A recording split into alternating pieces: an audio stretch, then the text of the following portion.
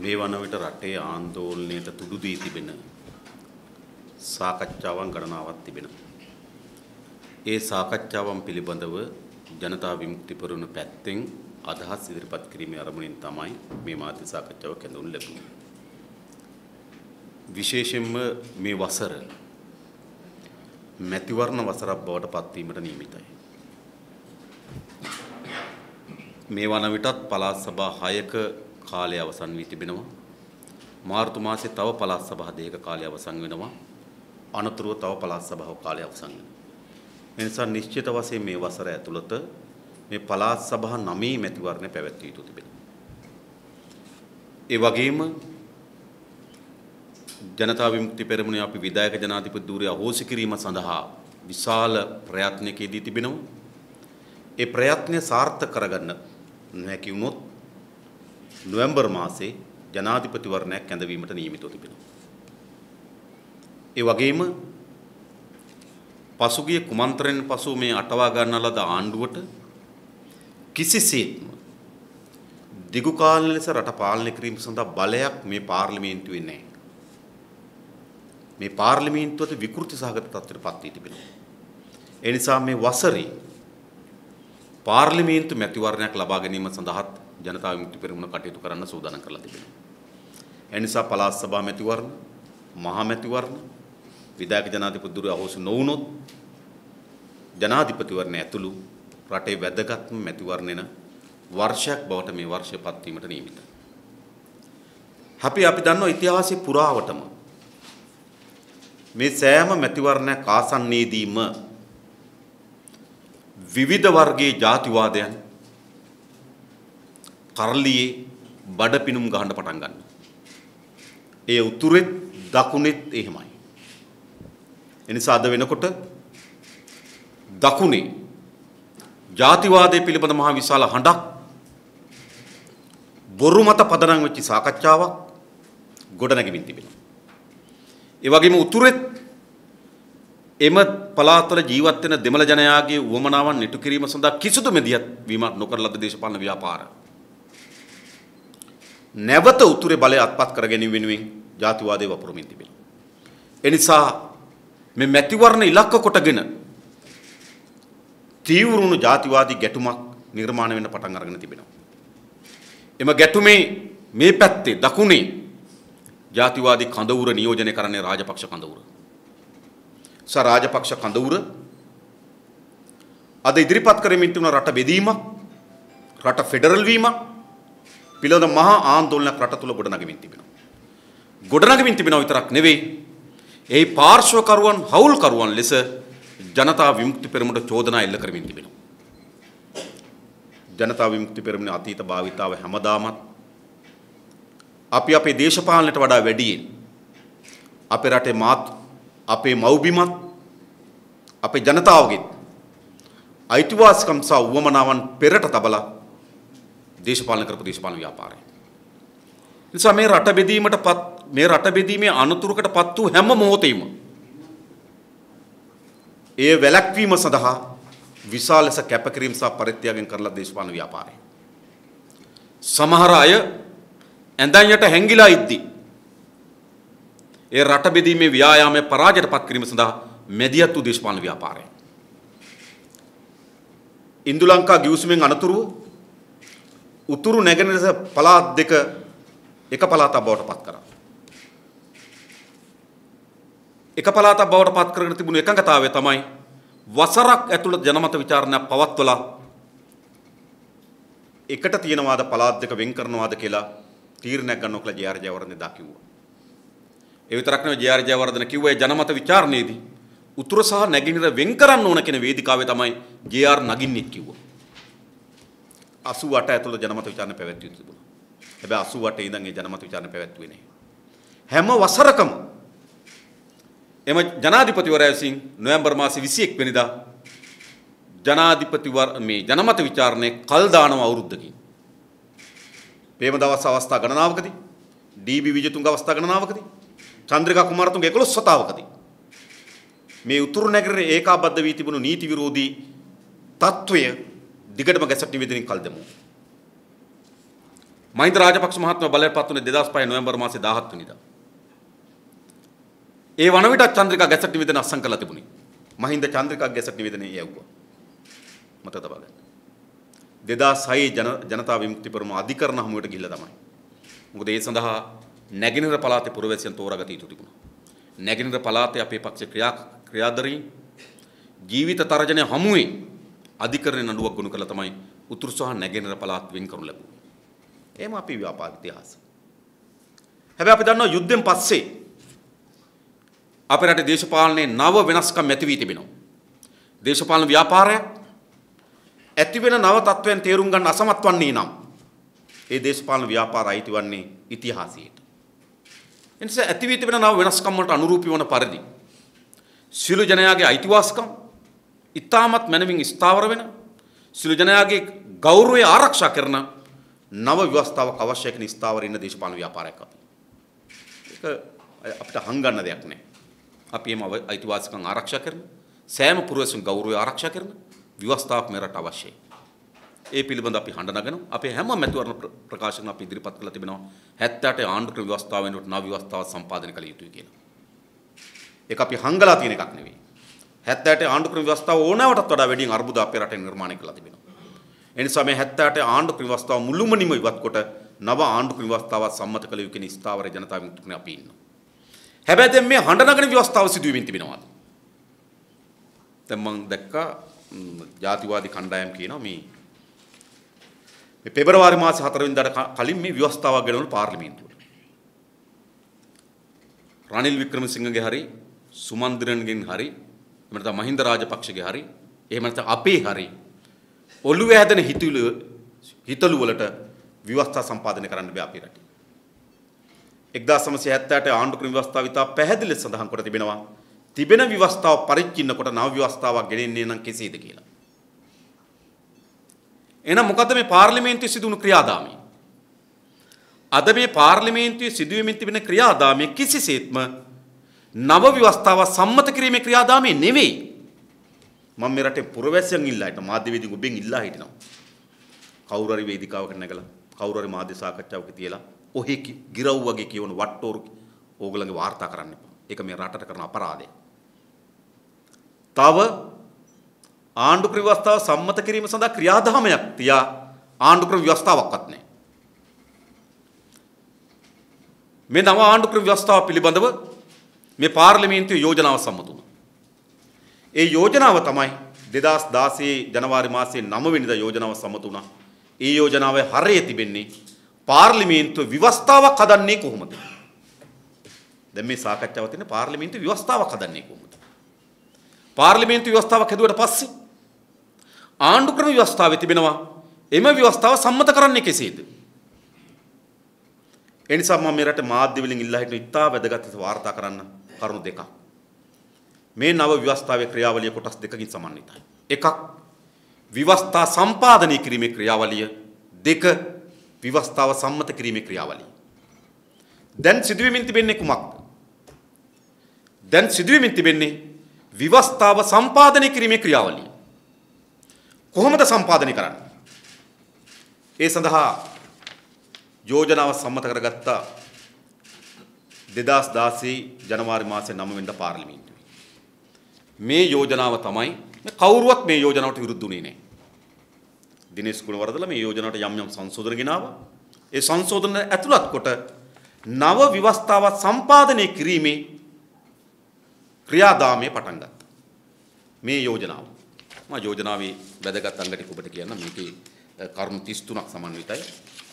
කොහොමද කරන්නේ? ඉස්සරළම මේ පාර්ලිමේන්තුව ආණ්ඩුක්‍රම ව්‍යවස්ථා මණ්ඩලයක් බවට පත් වෙනවා. එතකොට දැන් පාර්ලිමේන්තුවක් තිබෙනවා. ඒ පාර්ලිමේන්තු മന്ത്രിවරු නියෝජනය කරන ආණ්ඩුක්‍රම ව්‍යවස්ථා මණ්ඩලයක් තියෙනවා. මොකද වෙන්නේ? ඒ ආණ්ඩුක්‍රම ව්‍යවස්ථා මණ්ඩලය පාර්ලිමේන්තු සභාගර්භයේ රැස් වෙනවා. මන්දක සමහර අවස්ථාවල මාධ්‍ය වාර්තා කළ තිබුණා පාර්ලිමේන්තු රැස් වෙයි කියලා. පාර්ලිමේන්තු රැස් වෙන්නේ නැහැ. එදා රැස් වෙන්නේ ආණ්ඩුක්‍රම ව්‍යවස්ථා මණ්ඩලය. මේ යෝජනාව සම්මත කරගත්තා. මේක ආණ්ඩුක්‍රම ව්‍යවස්ථා මණ්ඩලයක් පත් කරනවා කියලා.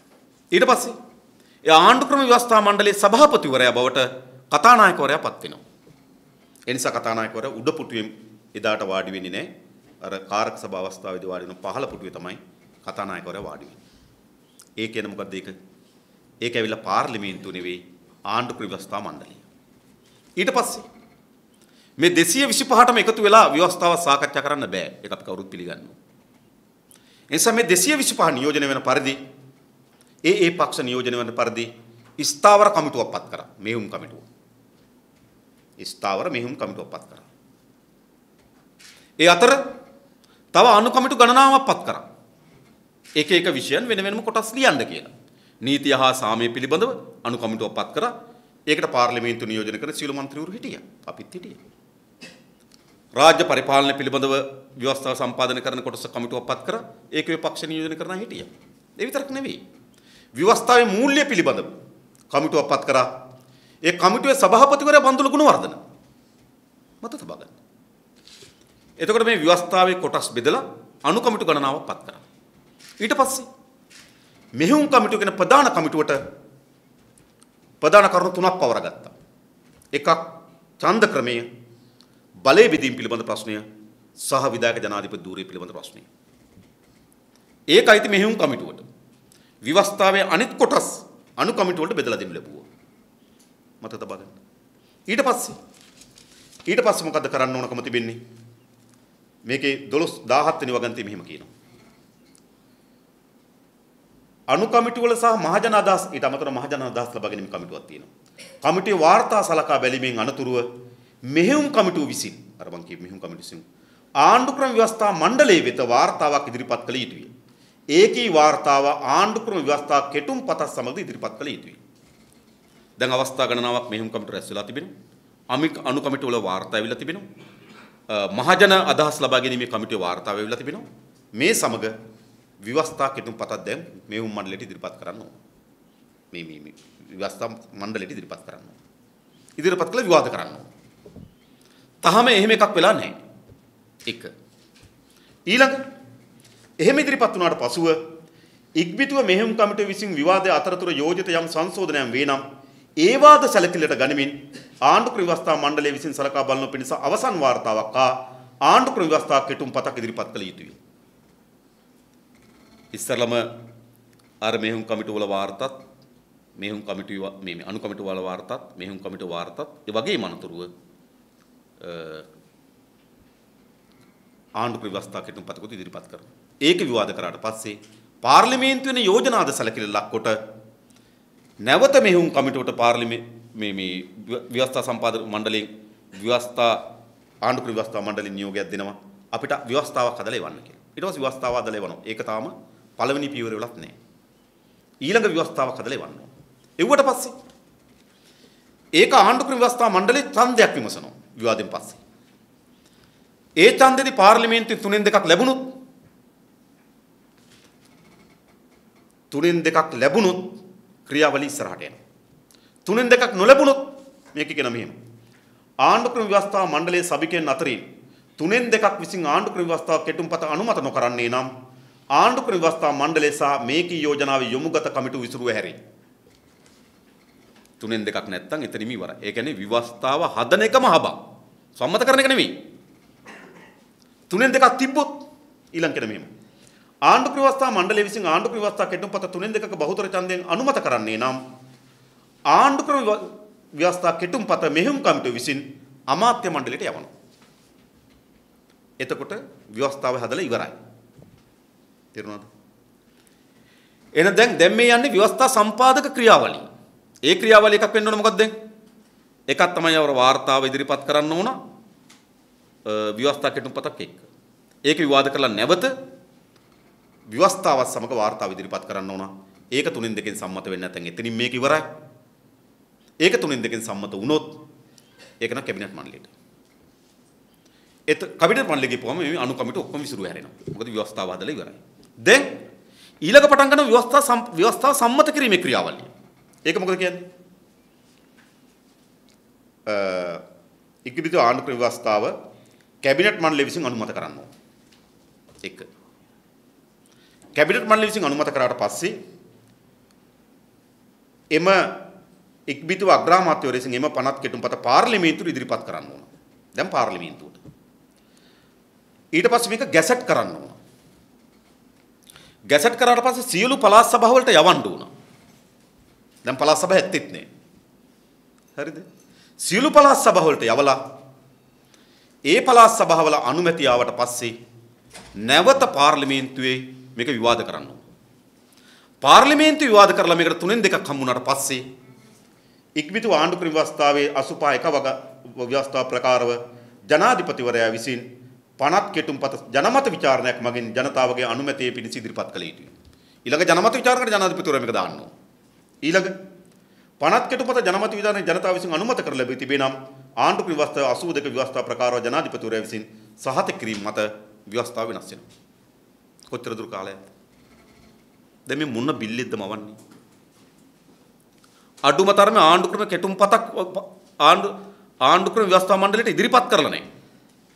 ඒක නැවත සංශෝධන කරලා යලි ඉදිරිපත් කරන්න ඕන. ඒකට 3න් 2 තිබ්බේ නැත්නම් එතනින්ම ඉවරයි. ඒකේ 3න් 2 આવොත් කැබිනට් මණ්ඩලයට යන්න ඕන. කැබිනට් මණ්ඩලෙන් අනුමැතිය આવොත් ගැසට් කරන්න ඕන. ගැසට් කරාට පස්සේ පළාත් සභා 9ට යන්න ඕන. පළාත් සභා 9න් වාර්තාව ආවට පස්සේ පාර්ලිමේන්තුවට එන්න ඕන. පාර්ලිමේන්තුවේ 3න් 2ක් සම්මත වෙන්න ඕන.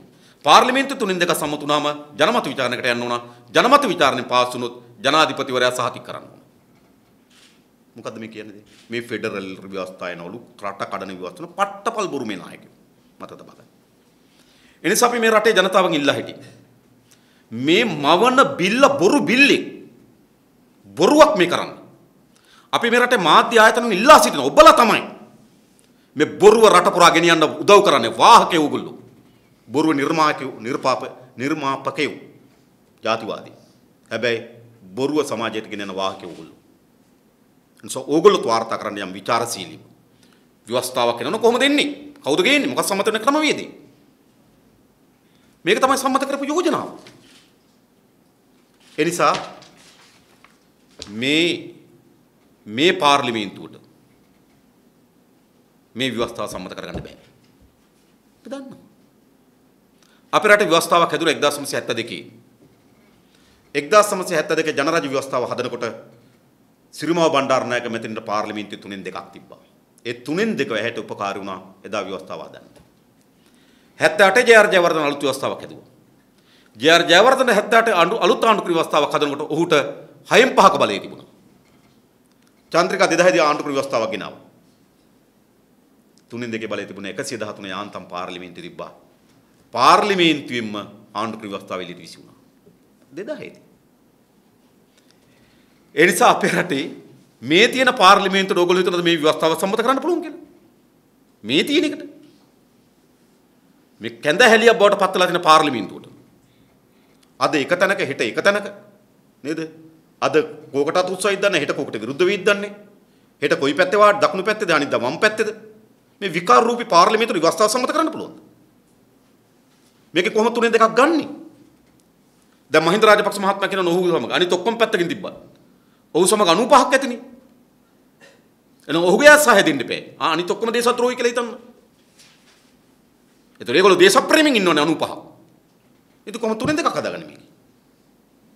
ඒ නිසා මේ ව්‍යාජයක් වපුරමින් තිබෙන්නේ. රාජපක්ෂ කඳුර දේශපාලනික වශයෙන් බරපතල කුමන්ත්‍රණයක් කළ රටේ. කුමන්ත්‍රණ අසාර්ථක බවට පත් වෙලා. ඇඳිවත නැතිවද පාර ගමන් කරන්න සිද්ධ වෙලා තිබෙනවා. අන්න ඒ හැම තමයි මේ ජාතිවාදයේ වපුරමින් තිබෙන්නේ.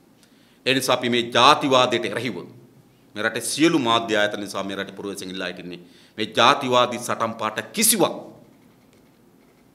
ඔබ එහි ගොදුරක් බවට පත් වෙන්න එපා කියලා අපි ඉල්ලා හිටින්නේ. ඒ වගේම උතුරෙත් අද දේශපාලන ප්‍රවාහයන් දෙකක් එකක් සම්බන්ධන් මහත්මයා නියෝජනය කරන දෙමළ ජාතික සන්ධානය අනිත් එක විග්නේශ්වර නියෝජනය කරන නව සන්ධානය.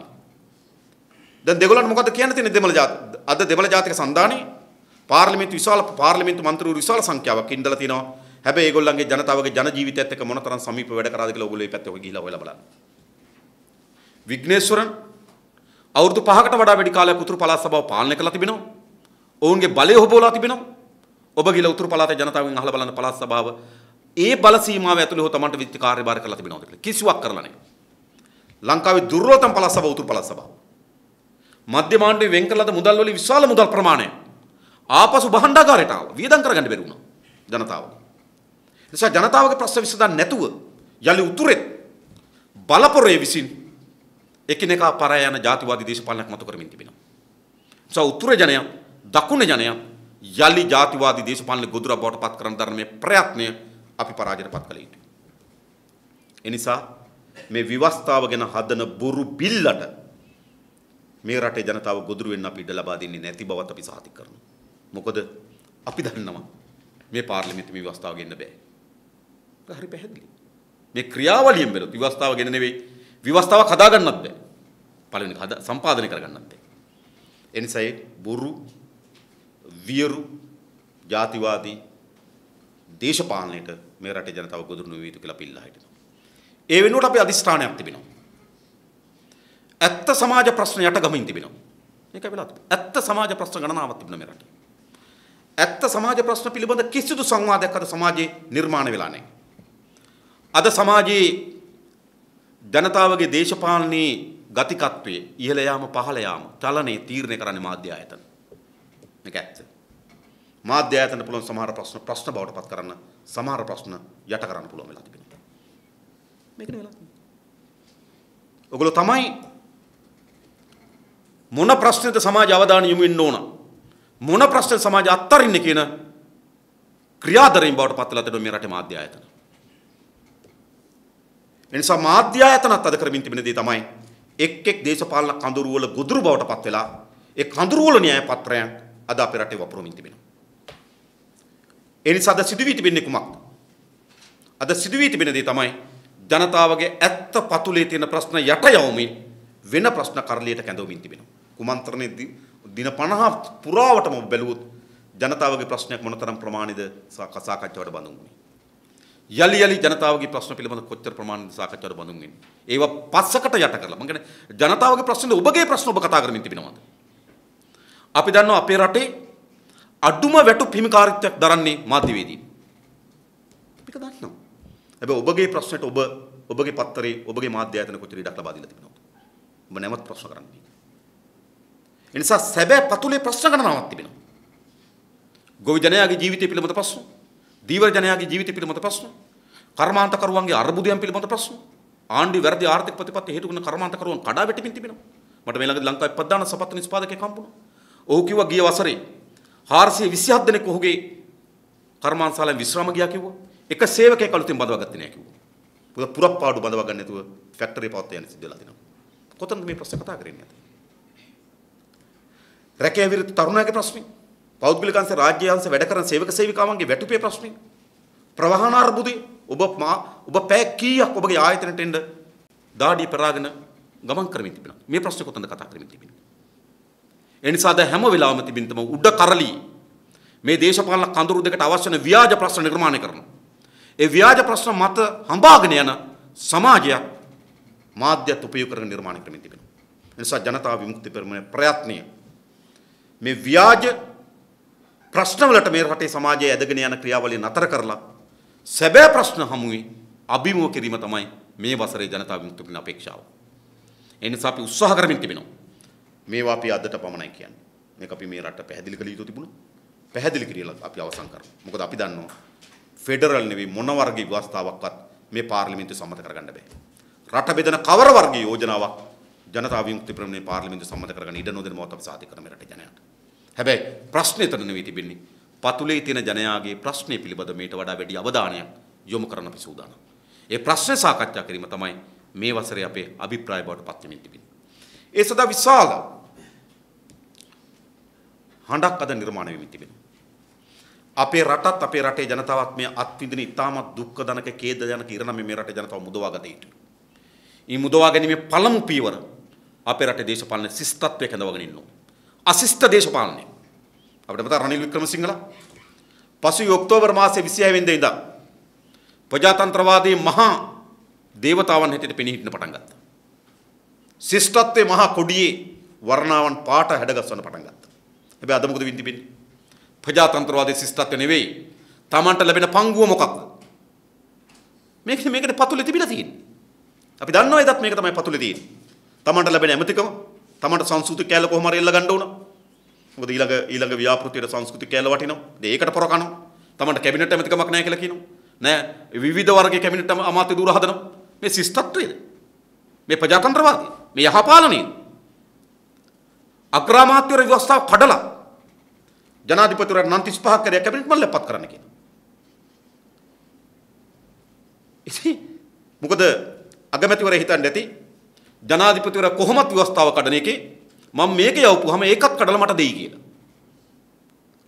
රනිල් වික්‍රමසිංහරුන් ගන්න ඕන ජනාධිපති ව්‍යවස්ථාව කඩන්නේ Tamanට වාසි කැලලට විතරයි කියලා. ඉතින් ජනාධිපති ව්‍යවස්ථාව කඩන Tamanගේ වාසි කැලලට රනිල් වික්‍රමසිංහ ව්‍යවස්ථාව කඩන Tamanගේ වාසි කැලලට 35 කිරියල්ල කිව්වේ 35යි කියලා පාර්ලිමේන්තුවේ. හැබැයි අපි ගාව ලේඛනය තියෙනවා 36යි. 36ක නාම යෝජනාවක් කැබිනට් මණ්ඩලේ පත් කරන්න කියලා රනිල් වික්‍රමසිංහ යවන්නේ මොන දේශපාලනය මත මොන ව්‍යවස්ථාව මොන නීතියටද? කිසිදු නීති බලයක් නැහැ. අඩුමතර මේගොල්ලෝ උපකල්පනය කරොත් මුස්ලිම් කොංග්‍රසයේ മന്ത്രിවරයා ඉන්න නිසා ජාතික ආණ්ඩුවක් කියලා. එහෙනම් පාර්ලිමේන්තුව අමාත්‍ය ධූර ගන්න අනුමත කරගත යුතුයි. කොච්චරද කියලා. එම යෝජනාවක් සමතුන්නේ නේ. ඒ නිසා මේ කඳවුරු දෙකට යලි ශිෂ්ටත්වයේ දේශපාලන අපේ රට කැඳවන්න බෑ. ඒ නිසා අපි මේ අශිෂ්ට දේශපාලන පොරපිටිය ශිෂ්ටත්වයේ පොරපිටිය බවට පරිවර්තනය කළ යුතු තිබෙනවා. ඒ වගේම අපේ රටේ ආර්ථිකයේ විශාල කඩාවැටීමකට සහ විශාල බිඳවැටීමකට ලක් කොට තිබෙනවා. ඒ නිසා නව ආර්ථික ගමනක යෝජනාවක් අපි මේ රටත් එක්ක සංවාදය කරන්න සංවාදයක් ලක් කරන්න සූදානම්. මේ රට හදන විදිහ, සේවාවන්, අධ්‍යාපනය, ප්‍රවාහනය, සෞඛ්‍ය ක්ෂේත්‍ර කඩාවැටීම හේතු කොටගෙන මේ රටේ පොදු මහත් ජනය විශාල දුෂ්කරතාවයන්ට පත් වී තිබෙනවා. ඒ නිසා මේ සේවාවන්ගේ ප්‍රශ්නේ මේ රටේ ජනතාවත් එක්ක සංවාදය කළ යුතු තිබෙනවා. ඒ නිසා ජනතා විමුක්තිය කරන අධිතන තමයි මේ බොරු වලවල් වල වැටෙන්නේ නැතුව, කපන බොරු වලවල් වටේ කරකෙන්නේ නැතුව අපි අභිප්‍රාය තමයි ජනතාවගේ ඇත්ත ප්‍රශ්නත් එක්ක මේ වසර පොරබැදීම අධිටන් කරගෙන අපි දේශපාලන න්‍යාය පත්‍රයක් සකස් කරලා තිබෙනවා. අපි ඉදිරියේදී ඔබට ඒ හැම ක්‍රියාදාමයකදීම මේ රටේ ජනතාව දැනුවත් කිරීම සඳහා ඔබගේ සහාය අපි අපේක්ෂා කරනවා. විශේෂයෙන්ම විශේෂ සංශෝධනය පාර්ලිමේන්තු යම් දුරක් ගොස් තිබෙනවා. දැනට ඒක අගමැතිවරයා වෙත යොමු කොට තිබෙනවා. අගමැතිවරයා විසින් වාර්තාවක් වහම ලබා දිය යුතු තිබෙනවා. මේ පහුගිය කාලේ මේ වාර්තාව ලබා දෙන්න උන කොයි අගමැතිද කියන ප්‍රශ්න තිබුණ නිසා අපි අගමැතිවරයෙක් නිශ්චිත වෙනකම් බලාගෙන හිටියා. දැන් හරි පැහැදිලි. ඒ නිසා අපි එළඹෙන පාර්ලිමේන්තුවේ බල කරනවා අගමැතිවරයා විසින් මොකද මේ විශේෂ සංශෝධන නීතිපති දෙපාර්තමේන්තුවට ගිහිලා නීතිපති දෙපාර්තමේන්තුව අදහස් එක්ක දැන් ඇවිල්ලා තිබෙන්නේ. අගමැතිවරයාට තවත් විශාල ප්‍රමාණයක් මේක අධ්‍යයනය කරන්න නැහැ. දැන් කළ යුතු වන්නේ නීතිපතිවරයාගේ අදහස්ද සැලකිලිට අරගෙන අග්‍රාමාත්‍යවරයා විසින් පාර්ලිමේන්තු වාර්තාවක් ඉදිරිපත් කළ යුතුයි. ඒ වාර්තාවෙන් පසුව පාර්ලිමේන්තුවේ 3-2 ලබා ගැනීමට අපි අපේක්ෂා කරනවා. මොකද ශ්‍රේෂ්ඨාධිකරණයෙන් දැන් තීන්දුවක් ලබා දී තිබෙනවා. මේකට ජනමත විචාරණයක් අවශ්‍යයි කියලා. අපිත් අපේක්ෂා කරනවා ජනමත විචාරණයක් වඩාත් හොඳයි මේකට. මොකද රටේ මූලික නීති අපි සංශෝධනය කරන්නේ. ජනතාවගේ කැමැත්ත ගන්න එක වඩාත් කැමැති. ඒ නිසා අපි හැම മന്ത്രിවරයන් ඉල්ලා හිටනවා පාර්ලිමේන්තුවෙන් මේක දොර වහන්න නැතුව. පාර්ලිමේන්තුවෙන් සම්මත කරලා දෙන්න. ජනතාව තීරණයක් ගනිවි. ඒක තමයි මේ 225 මේ කොටස ඇතුළත් විය යුතු නැද්ද කියලා තීරණය ගන්නවට වඩා ජනමත විචාරණයකට අවශ්‍ය වන දුරට විවෘත කිරීම සඳහා පාර්ලිමේන්තුවේ 3-2 ලබා දේවි කියන අපේක්ෂාවක් අපිට තිබෙනවා.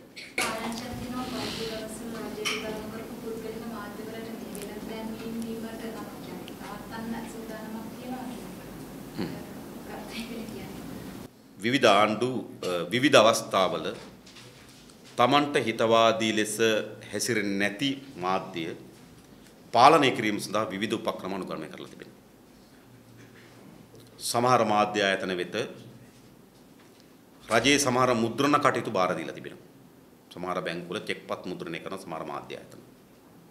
ඒ හරහා ඒවල් දිනා ගන්න උත්සාහ කරනවා. සමහර මාධ්‍ය ආයතන බෝම්බ ගහලා බය කරලා යටත් කරන්න උත්සාහ කරනවා. යටත් කරගන්න බැරි වෙන මාධ්‍යවේදීන් ඝාතනය කරලා පහර දීලා ඒක රටෙන් පළව ඇහැරලා මාධ්‍ය තමන්ගේ අතට ගන්නවා. ඒ නිසා මේ ඉතිහාස පුරාවට මාධ්‍යයට තර්ජනයක් පාලකයන් විසින් තිබුණා. මම හිතනවා මේ තර්ජනයේ නවමු ආකාරයක තර්ජනයක් තමයි දැන් ආණ්ඩුව කරන්න හදන්නේ. තමන්ට හිතකර නොවන මාධ්‍ය ආයතන තිබෙනවා නම් ඒ මාධ්‍ය ආයතන රාජ්‍යයේ දැන්වීම ලබා නොදීම පිළිබඳව තීරණයක් ගැනීම සඳහා සාකච්ඡාවක් තිබුණා. ඒකල තොරතුරක් අපිටත් තිබෙනවා. එහෙම. ඒක තොරතුරක් තිබෙනවා. ඒතර අපිට තියෙන ප්‍රශ්නේ මේකයි. මේ රාජ්‍ය ආයතනවල වෙළඳ දැන්වීම සඳහා වෙන් කරන මුදල් කියලා කියන්නේ ජනතාවගේ මුදල්. ඒ ජනතාවගේ මුදල් ආණ්ඩුවේ දේශපාලනයට හිතකරද නැද්ද කියන එක මත වෙළඳ දැන්වීම් ලබා දීම සඳහා තීරණයක් ගැනීම කිසිසේත්ම සාධාරණ නැහැ. වෙළඳ දැන්වීම් ලබා දෙනවාද නැද්ද කියලා තීරණය ගන්නේ Tamanට හිතකරද නැද්ද කියන සාධකයේ මත නම් ඒක වැරදි නිර්ණායකයක්. ওই විදියම විකටන්කාරී වැඩක් පෞද්ගලික ජනාධිපතිවරයා කරා. අපේ රටේ සංචාරක ශාස්ත්‍රීය හෝටල් ව්‍යාපාරිකයන්ගේ සමුළුවක් තිබුණා. ඒකේ ප්‍රධාන තෑගි ප්‍රධානෝත්සවයක් තිබුණා. ඒ තෑගි ප්‍රධානෝත්සවයට ප්‍රධාන ආරාධිත හැටියට ජනාධිපතිවරයා සහභාගී වෙන්න නියමිත තිබුණා. නමුත් එතන හිටපු බොහෝ හෝටල් හිමිකරුවන් අර කුමන්ත්‍රණ හේතු කොට සංචාරක ව්‍යාපාරයට වෙන ලද බලපෑම හේතු කොටගෙන ඔවුන් ඒක වර්ජනය කරන්න ඔවුන්ගේ අතින් සම්මාන ලබා ගැනීම ප්‍රතික්ෂේප කරන්න අදහස් තිබුණා. ජනාධිපති එදාරෑ මොකද කරේ? ආණ්ඩුවේ සියලු උත්සව පෞද්ගලික හෝටල් වල ගැනීම නතර කරා. නතර කරලා ගැසට් එකක් ගෙවුවා. ඒ කියන්නේ Tamanට දේශපාලනික ප්‍රහාරයක් එල්ල කරනකොට Taman රජයේ ආයතන ආණ්ඩුවේ හෝටල් උපයෝග කර ගැනීම වළක්වන්න කියලා ගැසට් නිවේදනයක් ගන්නවා. ඒකත් එක ආකාරයක Tamanට හිත කර නොවන තීන්දුව පාලනය කිරීමේ ආකාරය. අන්න එවැනිම පන්නේ ආකාරයකට තමයි දැන් වර්තමාන ආණ්ඩුව පෙළඹෙමින් තිබෙන්නේ. ඉතින් අපි හිතනවා මෙහෙමයි. ආණ්ඩුවට පෞද්ගලික ආයතන එක එක තෝර මෙයා අපිට හොඳයි එයාට අපි දෙනවා. මෙයා අපිට හොඳ නැහැ එයාට අපි දෙන්නේ නැහැ. මොකද අපි දන්නවා මීට කලින් අපේ රටේ ප්‍රධාන මාධ්‍ය අයිතිකරුවෙක් තමයි ටෙලිකොම් ආයතනයේ සභාපතිවරයා බවට පත් වෙලා තිබුණා. මම පාර්ලිමේන්තුවේ ඒ වසර කීපය ඇතුළත ටෙලිකොම් ආයතනයේ විසින් වැඩියම වෙළඳ දැන්වීම් දීපු ආයතන හොයලා බලන්න කිව්වා. මම පාර්ලිමේන්තු ප්‍රශ්නයක් කළා ප්‍රශ්න විමසා හිටියේ. හැබැයි ටෙලිකොම් ආයතනයේ විසින් එම මාධ්‍ය අයිතිකරුවා ටෙලිකොම් ආයතනයේ සභාපතිවරයා බවට පත් වෙනකොට එම මාධ්‍ය ආයතනයේ වෙත තමයි එම කම්පැනි වෙත තමයි වැඩිම දැන්වීම් ප්‍රමාණයක් ටෙලිකොම් ආයතන ලබා දීලා තිබෙන්නේ. මේ ඉතිහාසය. ඒ සමේ ආණ්ඩුවෙන් දෙන දැන්වීම් උපයෝග කරගන්න තමන්ගේ දේශපාලන උවමනාවන් වෙන්නේ. දැන් මේ ආණ්ඩු උත්සාහ කරමින් තිබෙන්නේ ඒක. ඒ නිසා අපි එවැනි ක්‍රියාදාමයක් කිසිසේත්ම අනුමත කරන්නේ නැහැ. බෑ ආණ්ඩුවට ඕන මෙහෙම තීරණ ගන්න පුළුවන්. අපි පෞද්ගලික මාධ්‍ය වල දෙන්න අපි ආණ්ඩුවේ වට විතර. ඒක ඒකට අපිට හිතා ගන්න රයිට් පෞද්ගලික මාධ්‍ය එක ගොඩකට දාන්න. හැබැයි පෞද්ගලික මාධ්‍ය වල තමන්ට හිත කරයකට දෙනවා තමන්ට අහිත කරයකට නොදෙනවා. ඒක සාධාරණ නෑ. ඒ නිසා ආණ්ඩුව තම මේ ජනතාවගේ මුදල් උපයෝග කරන තමන්ගේ දේශපාලන න්‍යායපත්‍රයක් දියත් කිරීම සඳහා කරන ප්‍රයත්නයක් තමයි මේ තුල තිබෙන්නේ කියලා අපිට පේනවා. මතකව වෙනස් රාජ්‍ය මාධ්‍යවල ප්‍රශ්න තියෙනවා ස්වාධීන රූපවාහිනී මාධ්‍ය ජාලය දැන් කියන්නේ ඉතින් පස්සේ වස්තු තුනකට මුදල් වියදම් ආකාරය පිළිබඳව පරීක්ෂණයක් පවත්වන කියලා දැන් ඒකට සම්බන්ධ 13 දෙනෙක් මේ වැඩසටහනකට ලක් වෙලා තියෙනවා. දැන් ඔතන පෞද්ගලික මාධ්‍ය තෝරා ගැනීමක් වෙන කරනවා. ඒතකොට කියනවා දැන් ඒතකොට රජයේ මාධ්‍යයන් වල මේ වගේ කරුණු තියෙනවානේ. ඔව් විශේෂයෙන්ම රාජ්‍ය මාධ්‍ය හැම වෙලාවෙම පවතින ආණ්ඩුවේ හොරණෑම බවට පත් වෙලා තිබුණා. ඒක අපි දන්නවා. ඔය ප්‍රශ්නේ තියෙන මම හිතන්නේ පවුලේ නාලිකාව. IT. ඒතරේ නාලිකාවලට මේ ප්‍රබන්ධයන් පවා ගොඩ නැගුණේ කියන එකත් අපිට ඉතිහාසය අපි දන්නවා. ඒ වගේ මේ රාජ්‍ය මාධ්‍ය ආයතනවල ටෙලි නාට්‍යයක් විකාශනය කර ගැනීමේදී ටෙලි නාට්‍යයක් ලබා ගැනීමේදී විශාල ලෙස අක්‍රමිකතාවන් සිදු වෙච්ච බවත් අපි දන්නවා. ඒ වගේම රාජ්‍ය මාධ්‍ය ආයතනවල දීපල තමන්ගේ දරුවන්ගේ පුද්ගලික මාධ්‍ය ආයතන වලට උපයෝග කරගෙන විනාශ කරපු ආකාරය පිළිබඳව අපිට අත්දැකීම් සහ අවබෝධයන් තිබෙනවා. ඒ නිසා මේ හැම පාලකයම මේ රාජ්‍ය ආයතන තමන්ගේ මුදල් උපයා ගැනීමේ අවස්ථාව බවට පත් කරගත්තා වගේම තමන්ගේ නේද අනේකාට මඩ ගසන්නත් තමන්ගේ හොරණෑව බවට පත් කරගලත් මේ උපයෝග කරගත්තා. කොච්චරද කියනවා නම් මා ගාව තියෙන මේ ජනාධිපතිවරයාගේ හිටපු ජනාධිපති මහින්ද රාජපක්ෂ මහත්මයාගේ මේ ජනාධිපති කමිෂන් වාර්තාව. ඒ කියන්නේ වර්තමාන මෛත්‍රීපාල සිරිසේන මහත්මයා ITN නාලිකාවේ ප්‍රශ්න පිළිබඳව හදපු කමිෂන් වාර්තාවේ කියනවා වරද තමයි මෛත්‍රීපාල අපේක්ෂකය දැන්වීම් විකාශන නොකිරීමේ පාඩුව. ඊළඟ අනිත් පැත්තෙන් අනිත් ඒවා විකාශනය කිරීමේ පාඩුව. ඔක්කොම ගත්තොත් 22 කෝටි 58 ලක්ෂයක් වෙලා තියෙනවා. මේ ජනාධිපති කමිෂන් වාර්තාව. ඒකේ වරදකරුවන් තියෙනවා ආණ්ඩු සිරිවර්ධන, අරුණ මූර්ති විජේසිංහ, ජේ.යූ.පාලි රංජිත්, ප්‍රියන්ත වික්‍රමසිංහ, කෙහෙලිය රඹුක්වැල්ල, පර්සි මහේන්ද්‍ර රාජපක්ෂ. ඒතර මේගොල්ලෝ තමයි එතුමාගේම වාර්තාවේ වරදකරුවන් බවට පත් කරලා තිබෙනවා, චෝදනාව තිබෙනවා. ඒතර මෙහෙම තමයි මේ මාධ්‍ය ආයතන පාවිච්චි කරන්නේ. ඒ නිසා අපි හිතනවා අපේ මාධ්‍ය ආයතන වැඩ කරන සේවක සේවිකාවන්ට විශාලයි අයිතියක් තිබෙනවා. ඔවුන් එම ආයතනවල එම රාජ්‍ය උමනාවේ ගොදුරු බවට පත් නොවි එම ආයතන මහජනයාගේ දීපලය කියලා ආරක්ෂා කරගන්න. දැන් ස්වාධීන මාධ්‍ය ආයතනයේ ස්වාධීන නාලිකාවේ වැඩ කරන මාධ්‍යවේදී විශාල ප්‍රමාණයක් එහි ඇති වී තිබෙන වංචා දූෂණ පිළිබඳව හා නිර්පරාධයේ වියදම් කරන උපදේශකවරුන්ගේ පිළිබඳව යම් උද්ඝෝෂණයක් නේද ඒ පිරිසුදු කිරීමේ උද්ඝෝෂණ නිරත වී තිබෙනවා. ඒ උද්ඝෝෂණය කිරීමේ වරදට ඔහුගේ වැඩතහනමකට ලක් කොට තිබෙන බව තමයි අපිට වාර්තා වී තිබෙන්නේ. ඇත්තට වැඩතහනම් කරනව කවුද? වැඩතහනම් කරන්න ඕන මේ සේවක සේවිකාවන් නෙවෙයි. වැඩතහනම් කරන්න ඕන මේ මාධ්‍ය ආයතන හොරකම් කරපු ඒ හොරු ආරක්ෂා කරන ඒ චෝදනාවන් තියන අය නැවත ITN නාලිකාවේ තනතුරුවලට පත් කිරීම සඳහා මැදිහත් වෙන කණ්ඩායම තමයි වැඩතහනම් කළ යුතු වන්නේ. ඒ නිසා කිසිසේත්ම යුක්ති සහගත අයිතියක් නැහැ මේ වෙලාවේ ITN නාලිකාවේ සේවක මර්ධනය දියත් කිරීම සඳහා ආණ්ඩු කර තිබෙන මේ ප්‍රයත්නය අනිවාර්යයෙන්ම වැළැක්විය යුතු ප්‍රයත්නයක් කියලා කල්පනා කරනවා. ජාතික රූපවාහිනියේ සභාපතිනිය ඒ කණ්ඩායම අමතර අලුත් අවුරුදු පණිවිඩයේදී ප්‍රකාශයක් කරනවා මේ අපි රාජ්‍ය ආයතනයක් ඒ නිසා මේ රාජ්‍යයේ ප්‍රතිපත්ති ගැන හොඳට අපි ඔළුවේ තියාගන්නට ඕනේ. අපි මේ රජයේ වගේ එළියට ගිහිල්ලා වෙනම වැඩ කරන්න බෑ. අපි රජයේ දේම කරන් ඉන්නට අනුගත වෙන්න ඕනේ කියලා. ඒක තමයි මේ ඇයිගේ අලුත් මේ සේවක අමතා කළ ප්‍රචාරය. ඉතින් ඇයි කියනවා ඉතින් අපි මේක ආණ්ඩු මිලිත ආණ්ඩුවේ මේ විතරයි කරන්න ඕනේ. ඔව්. ඇත්තටම අපි ස්තුතිවන්ත නේ තුමේ කියපු එක ගැන. මෙතෙක් හැමදෙනාම කියන්නේ නැතුව කරේ ඕක තමයි. ඒ නිසා තමයි අපි කියන්නේ දේශපාලන ව්‍යාපාරයට අපිටත් මේ රටේ පුරවැසියන්ටත් මාධ්‍ය ආයතන ඇතුළේ වැඩ කරන අයටත් ඔබ හිතන්නකෝ කුමන්ත්‍රණය සිදු වුණ ඔක්තෝබර් මාසයේ 26 වෙනිදා 7ට. අටේ ප්‍රවෘත්ති වෙනස් වෙනවා. පරාද වෙනවා 14 වෙනිදා. හවස 5ට. රාය 7 ප්‍රවෘත්ති ආයෙ වෙනස් වෙනවා. ඒ මොන මාධ්‍යකරණයක්ද? මේ කිසි ආයතනයක් දුවන්න බෑ යන්ත්‍ර සූත්‍ර වලට විතරක්. මේ ආයතන දුවන්න මිනිස් සම්පතක් ඕන. ඒ මිනිස් සම්පතත් වැහැරිලා නම් තියෙන්නේ. ඒ මිනිස් සම්පතත් විකිණලා නම් තිබෙන්නේ මේ ආයතන වලට මේ අත්පත් වෙන ඉරණම පිළිබඳ අපිට නේද? ඒ තරම් කනගාටු යුතු කරුණක් නෙවෙයි කියලා අපි කල්පනා කරනවා. ඒ නිසා ඔබ කියපු එක ඇත්ත. ඒ නිසා ආණ්ඩුව විශේෂයෙන්ම මේ මැතිවරණ වසරේදී ආණ්ඩුව උත්සාහ කරමින් තිබෙනවා මාධ්‍ය ආයතන වෙත යම් බලපෑමක් කරමින් සහ රාජ්‍ය මාධ්‍ය ආයතන මුළුමනින්ම රාජ්‍ය ගිලිටීනට යටත් කරන ලද ආයතනයන් හරහා මෙහෙවීම අපේක්ෂාවෙන් කටයුතු කරන බව තමයි මේ සියලු සිදුවීම් වලින් පෙන්වුම් කරමින් තිබෙන්නේ මේ ඡන්ද වර්ෂයක් නිසා. පසුගිය කාලේ අර දින 50 කුමන්ත්‍රණයේ ඇතුළත කාලය තුළදී මන්ත්‍රීවරු විශාල වශයෙන් ගෑගමුන් ප්‍රජාතන්ත්‍රවාදය ආරක්ෂා කරන්න තමයි සටන් කරන්න ඕනේ කියලා විශාල සටනක් තිබ්බා. දැන් කියනවා මට කැබිනට් ඇමතිකමක් දෙනවා කියලා ගෝලයට නියෝජ්‍ය ඇමතිකමක් දෙනවා කියලා එක්කෙනෙක් එක පැත්තකින් ගහ ගන්නවා. අගමැතිතුමා නියුතුමක් ගහගෙන තිබ්බා කියලා. තව අය කියනවා මටත් කැබිනට් දෙනවා කිව්වා මටත් දෙනවා කිව්වා අපිට නෑ පෙරහැර කොටන් ඔය විවිධ කතා. ඇත්තට මේ ප්‍රජාතන්ත්‍රවාදය ආරක්ෂා කරන්න දෙය එදා සටන් කළදී. මම ඔබට මගේ කීදී මම කෙටියෙන් කිව්වා මේක. ඒ කියන්නේ අපිට දැන් සටනක් තිබෙනවා මේ දේශපාලන ශිෂ්ටත්වයට කරා කැඳවා ගැනීමේ සටන. මේ දේශපාලන අතිශය කැත පිළුණු අසිෂ්ට පොරපිටිය. තමට ධනෙ ක්‍රස් කරගන්න, මහජනයාගේ ධනෙ වරප්‍රසාද භුක්ති විඳින්න, මහජනයාගේ ධනෙ හොරකම් කරන්න, මහජනයා මත අසීමිත බලයක් පීඩාකාරී ලෙස යෙදවීම සඳහා තමයි මේ දේශපාලන ගොඩ නැගිලා තිබෙන්නේ. මේක තමයි ඇත්ත. ඒ නිසා අපි එදත් කිව්වා රනිල් වික්‍රමසිංහ ඒ කඳවුර කියන්නේ ප්‍රජාතන්ත්‍රවාදී හොරමුර කරුවෝ.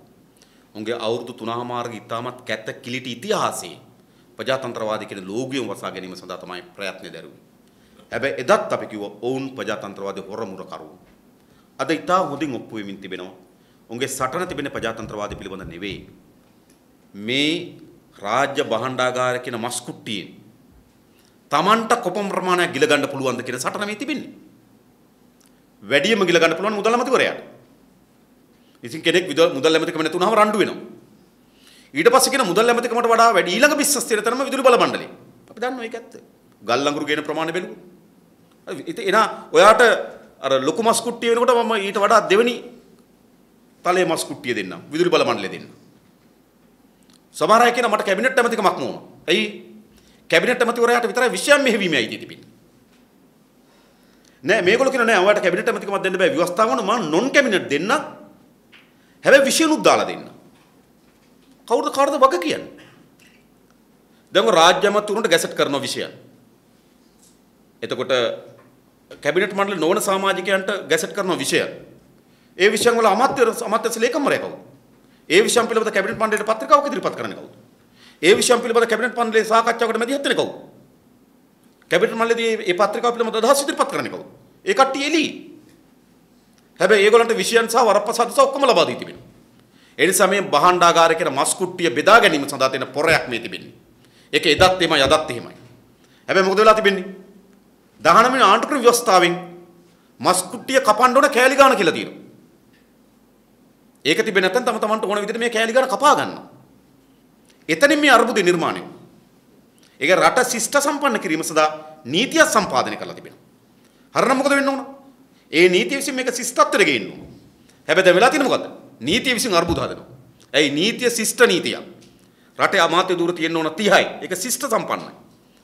හැබැයි ශිෂ්ට සම්පන්න නීතිය අශිෂ්ටත්වයේ දේශපාලනයට බාධාවක් වෙලා තිබුණා.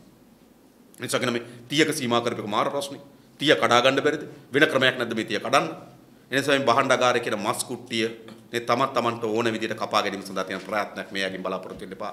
ප්‍රජාතන්ත්‍රවාදී ශිෂ්ටත්වයේ දේශපාලනය. එනිසා මේ රටේ පුරවැසියන්ට තියෙන වගකීමක් ශිෂ්ටත්වයේ දේශපාලනය තහවුරු කරන්න. හැබැයි මේ වන විට ආණ්ඩුව ඊට කදිම උත්තරයක් බලාගෙන සටනක් යන බව පේන්න තියෙනවා. මුස්ලිම් කොංග්‍රසයේ ඉන්නේ එකමක മന്ത്രിවරයා. ඔහුව අරගෙන අන්න ඊට පස්සේ අපි ජාතික රජයක් වෙනවා. ඊට පස්සේ 45 කරේ යන්න පුළුවන්ද කියලා හොයන්නේ. ඔබතුමාලගේ මතක තියන්න වැඩි ඉතිහාසය ඈත පාඩම් වලට යන්න එපා. මේ දින 52 පාඩම් වලිනුත් මහින්ද මෛත්‍රී විවස්ථාවේ හිල් හොයන්න ගිහිල්ලා තමන්ගේ දේශපාලනේ කුජීත වෙලා අවසන් වී තිබෙන්නේ.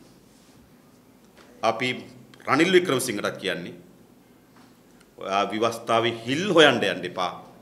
කුජීත වී තිබෙන ඔබගේ දේශපාලනේ තවත් නේද අන්ත කුජීත වෙලා තමයි කෙලවර වෙන්නේ.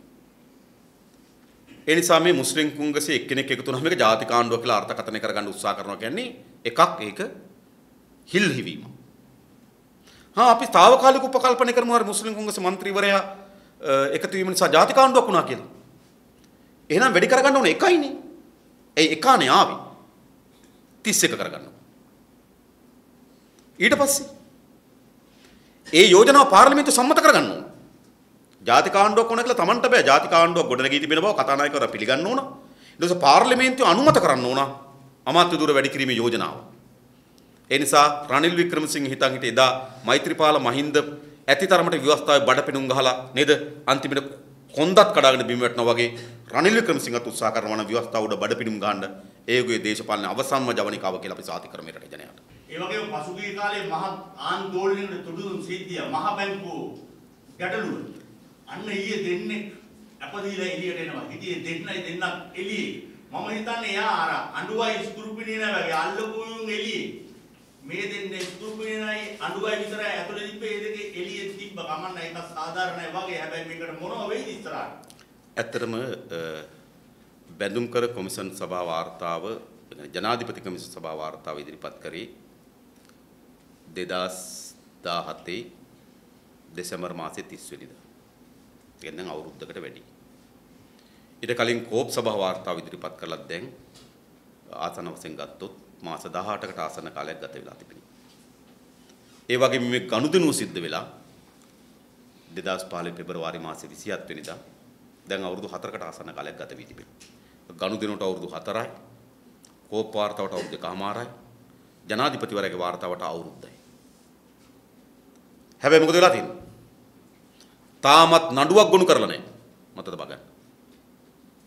මේ දෙන්නාම නඩුවක් නිසා නෙවෙයි ඇතුලේ හිටියේ. පරීක්ෂණ කටයුතු කර ගැනීම සඳහා තමයි රිමාන්ඩ් බාරේ ඉන්නේ. පරීක්ෂණ කටයුතු අධීරයෙන් අධීරේ මහේස්ත්‍රාත් අධිකරණයට වාර්තා කළ යුතු තිබෙනවා. හැබැයි මහේස්ත්‍රාත් අධිකරණයේ මහේස්ත්‍රාත්වරියට ඒත්තු යමින් තිබෙනවා. පරීක්ෂණ කටයුතු වාර්තා කරනවායි කියලා එහෙම කිසිදු වාර්තාවක් ඇති වෙන්නේ නැති බව. එහෙනම් ඇය නිගමනය කරනවා පරීක්ෂණය සිදු නොවී තියාගන්නේ මොකටද? ඒ කියන්නේ අර්ජුන මහේන්ද්‍රන් අල්ලා ගන්නා කාලයක් ගැනවත් අදහසක් නැතුව කොහොමද මම තියාගන්නේ? ඒක මම දැක්ක ගොඩාක් අය මේ අධිකරණේ පට්ට ගහන්න කතා කරනවා. අධිකරණයේ මෙතන ප්‍රශ්න තිබෙනවා. තාමත් ජනාධිපති කොමිසම සභාව වාර්තාවට අවුරුද්දක් ගිලා තිබෙනවා. නඩුවක් ගොනු කරගන්න බැරි වෙලා තිබෙනවා. නඩුවක් නැහැ තාමත් බැඳුම් කරගන්න දෙනුවට. ජනාධිපතිවරයා මාධ්‍ය ඉස්සරහා කෑ ගහනවා. අගමැතිවරයා ඉස්සරහා කෑ ගැහුවයි කියලා රටේ මාර වීරත්වයක් හදනවා. මේ කඩුව වණනවායි කියලා ඡන්ද කාලේ කියනවා. මේක හනුම වගේ ගිනි තීතිය දඟල ඉන්නවා. සැබවින්ම දඬුවම් ලබා දීම සඳහා ක්‍රමවේදයක් තිබුණා. ඒ ක්‍රමවේදය තමයි නිසි පරිදි බැඳුම් කර කොමිසම සභාව වාර්තාව මත පදනම්. මොකද ඒකේ හිටියේ ජ්‍යෙෂ්ඨ විනිසුරුවන්ගේ මේ සභාව සමන්විත තිබුණේ. ශ්‍රේෂ්ඨාධිකාරී හිටපු විනිසුරුවන් හිටියා මේ බැඳුම් කර කොමිසම සභාව. එවැනි විනිසුරුවන් ඉදිරියේ නීතිපති දෙපාර්තමේන්තුව මැදිහත් වීමෙන් ප්‍රතිවෘත්ත පාර්ශ්වයේ නීතිඥයන්ගේ මැදිහත් වීමෙන් දියත් වෙච්ච මේ ක්‍රියාදාමයක් මේ නිකන් දැන් බඩුවක් අල්ලලා හොරකම් කරලා එහෙට නඩු දානවා වගේ නෙමෙයි.